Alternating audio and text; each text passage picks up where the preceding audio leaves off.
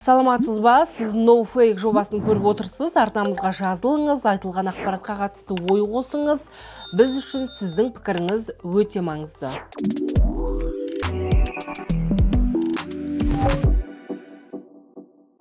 27 жастан асқандар қайтадан әскерге шақырыла ма? Мемлекеттік орган не дейді? 5 жыл бойы несиесін төлей алмағандар жаппай банкрот болады деген ақпарат тарады. Шынымен де солай ма? Алаяқтар енді салық арқылы әрекет етуге көшті. Олардың тұзағына түсіп қалмау үшін не істеу керек? Жұмыссыз жүргендер жат ағымның жетегінде кетуі мүмкін. Манипуляцияны меңгерген радикалдарды қалай танимыз? Бүгін осы аталғандар туралы айтамыз. Жалпы фейктің жеңілі жоқ, кез келген жалған ақпарат адамға аса қауіпті. Ол сананы улайды, тіпті тағдырларды талқандауы мүмкін. Сондықтан фейкті алыстан тануға тырысу, шындық пен жалғанды ажыратуға ұмтылу бұл уақыт талабы. Жалған ақпарат жалғыз емес, оның жанында қосарласып манипуляцияда жүреді. Фейкті көбіне көріп оқи аламыз, ал манипуляцияның құдіреті сол, оны жасырын жүзеге асырады. Құрбан психологиялық шабуылды өз емес, өзгенің айтуымен шешім қабылдап жатқанын сезбей де қалады. Сондай-ақ манипуляция сала таңдамайды, оны алаяқ, біліп-білмей қарапайым адам, саясат, тіпті діни ұйымдар да пайдаланады. Алматыда дінтанушы теологтар жұмыссыз жүргендерді жинап, жат ағымның жетегінде кетпеу жолдарын және экстремистік топтардың белгілерін түсіндірді. Мұндай адамдар бірден өз мақсатын ашық айтпайды, алдымен сенімге кіріп көмек көрсеткендей болады. Көбінесе эмоция арқылы әрекет етеді, тіпті болып жатқан оқиғанда қандай да бір белгі деп сендіреді. Мұның бәрі адамды шатастырып, оның көзқарасын біртіндеп өзгертуге бағытталған. Радикалдар жұмыссыз адамды өз қатарына тарту үшін олардың әлеуметтік және психологиялық осалдығын шебер пайдаланады. Жасырын манипуляция бірнеше кезеңнен тұрады. Мамандардың зерттеуіне сүйенсек, радикалдардың жұмыссыз азаматтарға қолданатын басты манипуляциялық әдістері мынадай. Олар қамқоршы кейіппен сенімге кіреді, жұмыссыз адам көбіне қаржылық тапшылықтан бөлек жалғыз қалып қояды және ол өз болашағынан күмәндана бастайды. Міне осы сәтті тиімді пайдаланып, радикал адаммен бауырмал, қамқор, дос ретінде араласады. Олар адамның мұң-мұқтажын тыңдап, кішігірім қаржылай көмек беруі немесе азық-түлікпен жәрдемдесуі мүмкін. Мақсаты адамның бойында тек осылар ғана маған шын жанашыр деген сенім ұялату және өзіне қарыз етіп қою. Екінші, адамның басындағы қиындықты жеке сәтсіздік емес, әділетсіз жүйе қастандығы деп түсіндіреді. Сендей білімді, мықты адамның жұмыссыз жүруі, мына қоғамның бұзылғаны. Оған әділетсіз жүйе кінәлі деп санаға осы идеяны әбден сіңіреді. Осыдан кейін жұмыссыз қалған жанның бойында мемлекетке, қоғамға деген ішкі ыза пайда болады. Бізде сенің потенциалыңды бағалайтын үлкен іс бар деп сендіреді. Алматыдағы кездесуде мамандар қатысушыларға дәл осындай қауіпті діни ағымдардың негізгі белгілерін түсіндірді. Ал олардың манипуляциясына түсіп қалмау үшін сыни ойлау қабілетін дамыту, күмәнді ақпаратты тексеру және дәстүрлі діни құндылықтарды ұстану қажет екенін айтты.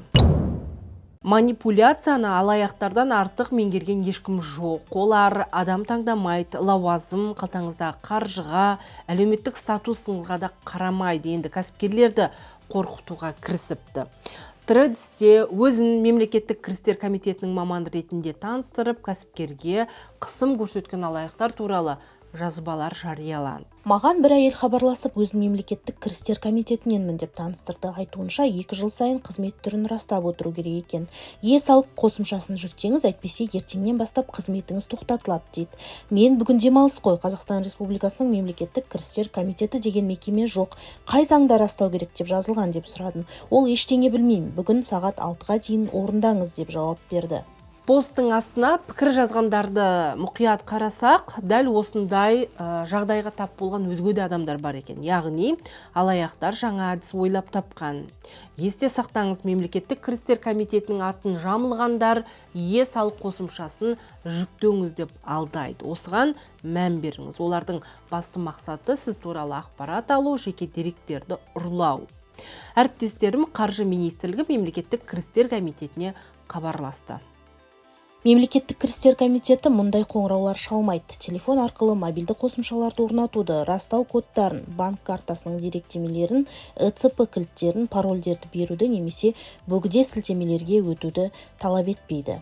Салыққа қатысты кез келген ақпаратты тек kgd.gov.kz сайтынан немесе салық бизнес қосымшасы арқылы тексеруге болады. Әлеуметтік желіде 27 жастан асқандар әскерге қайта барады деген ақпарат тарады. Оқыған боларсыз, Әрине, мұны естіген атана аң-таң не болғанын түсінбей шатасып жатыр. Қорғаныс министрлігі 27-ден асқан әскерде болмаған азаматтарды әскери қайта даярлауға жібереді деген ақпаратты жоққа шығарды. Жалпы бұл ақпарат қайдан шыққан? Министрліктің мәліметінше, Астана қаласы қорғаныс істер жөніндегі департаменттің өкілі полковник Ғани Артықовтың пікірі контексттен жұлынып алынған. Халықаралық жағдайдың барлығын еліміздің әскери қуаты мен күші әлеуеті жоғары болу үшін жалпыға бірдей әскери міндетті қайтып орнына келтіруіміз керек. Осы арқылы бір жылдық әскери дайындық, бұл сарбаздарымыз мобилизациялық қорды толтыру үшін дайындалып отыр. Бұның сыртында біз 40 күндік әскери техникалық мектептерде де сарбаздарды дайындап жатырмыз. Атқыштар, гранат атқыштар, пулеметшілер секілді. Ол жерде де дрондарды үйрету мүмкіндігі бар. Ол жерде жасауымыз керек. Бұның сыртында бір айлық әскери жиындар өткізіліп жатады. Бұл жерде де біз әскери қызметте болмаған 27-тен жасы асып кеткен азаматтарымызды 50 жасқа дейін солардың барлықтарын әскери дайындықтан қайтадан өткізуіміз керек. Әлеуметтік желі қолданушылар Артықовтың осы пікірін қазақстандықтарды жаппай қайта оқыту қажет деп қабылдаған. Алайда Қорғаныс министрлігі 27 жасқа толған және мерзімді әскери қызметін өтпеген азаматтар автоматты түрде әскери қайта даярлауға жіберілмейтінін мәлімдеді. Заңның 33 бабына сәйкес әскери жиындарға запаста тұрған әскери міндетті азаматтар ғана шақырылады. Әскери жиын жыл сайын жоспарлы түрде өткізіліп, мемлекеттік жауынгерлік және жұмылдыру дайындығын қолдауға бағытталған. Сонымен қатар 24 жасқа толған азаматтың Қорғаныс министрлігінің әскери техникалық мектептерінде ақылы негізде ерікті түрде даярлықтан өте алады. Оқу мерзімі 40 күн, оқу аяқталғаннан кейін әскери есептік мамандық беріледі. Полицейлер жарылыс туралы жалған ақпарат таратқан мектеп оқушысын ұстады. Интернетте және әлеуметтік желіде жасөспірімдер жарылыс, өрт қою және басқа да қауіп туралы жалған хабарламалар таратқан.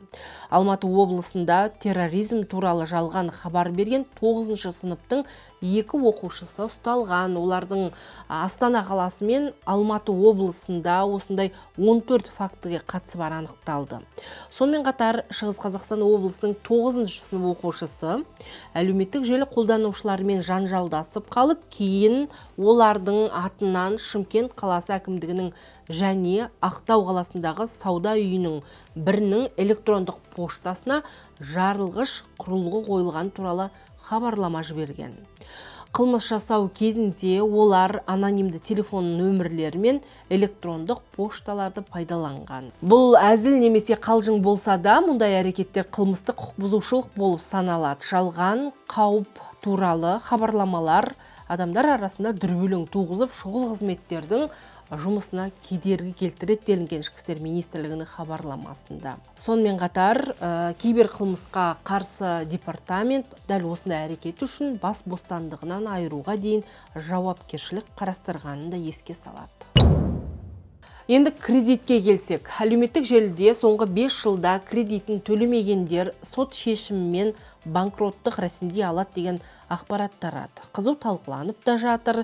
Біздің редакция ақпаратты тексеру үшін мемлекеттік кірістер комитетіне хабарласты.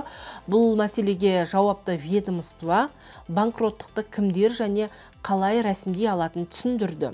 банкроттық Қазақстан Республикасы азаматтарының төлем қабілеттілігін қалпына келтіру және банкроттық туралы заңмен реттеледі. Сонымен заң бойынша кімдер банкроттық рәсімдей алады? Екінші деңгейлі банк, микроқаржылық ұйымдар және коллекторлық агенттіктерден кредит алған азаматтар соттан тыс банкроттық рәсімдей алады. Ол үшін қарыз мөлшері 1600 айлық есептік көрсеткіштен аспауы тиіс, яғни қазір ол 6.920.000 теңге. Қарыз соңғы 12 ай ішінде өтелмеген болуы керек, мүлік болмауы тиіс, оның ішінде ортақ бірлескен мүлікте есепке алынады. Алайда аталған шарттар атаулы әлеуметтік көмек алатын азаматтарға, сондай-ақ соңғы 5 жыл бойы кредитін төлей алмаған азаматтарға қатысы жоқ. Егер азамат 6 ай бойы атаулы әлеуметтік көмек алса, ол кредитті өтеу мерзіміне қарамастан соттан тыс банкроттық рәсімдеуге жүгіне алады. Егер азамат 5 жыл бойы несиесін төлей алмаса, ол мүліктің бар жоғына және несие сомасына қарамастан соттан тыс банкроттыққа өтініш бере алады. Бұл норма 2023 жылы 3 наурыздан бастап күшіне енген. 3 жылда елімізде 63.706 азамат банкрот деп танылған. Жеке сот орындаушылар енді азаматтардың шоттарын бұғаттай алмайды дегенде ақпарат тарады. Жұрт бұл жаңалыққа да сенер не сенбесін білмей екі топқа бөлінген. Республикалық жеке сот орындаушылар палатасына хабарласып еді әріптестерім. Бұл ақпарат шындыққа жанаспайды. Өйткені жеке сот орындаушыларының жұмысы атқару құжатының талаптарын уақытылы және толық орындау мақсатында борышкер мен оның мүлкіне қатысты мәжбүрлеу шараларын, оның ішінде ақша қаражатына тыйым салуды қабылдаумен тікелей байланысты. Бұл ретте шараларды сот орындаушысы прокурордың санкциясымен қолданады. Яғни жеке сот орындаушылар берешегі бар азаматтардың шоттарын бұғаттай алады. Менің айтайын деген осы, ақпаратты оң ойланып қабылдаңыз, алдануға асықпаңыз. Жүздескенше.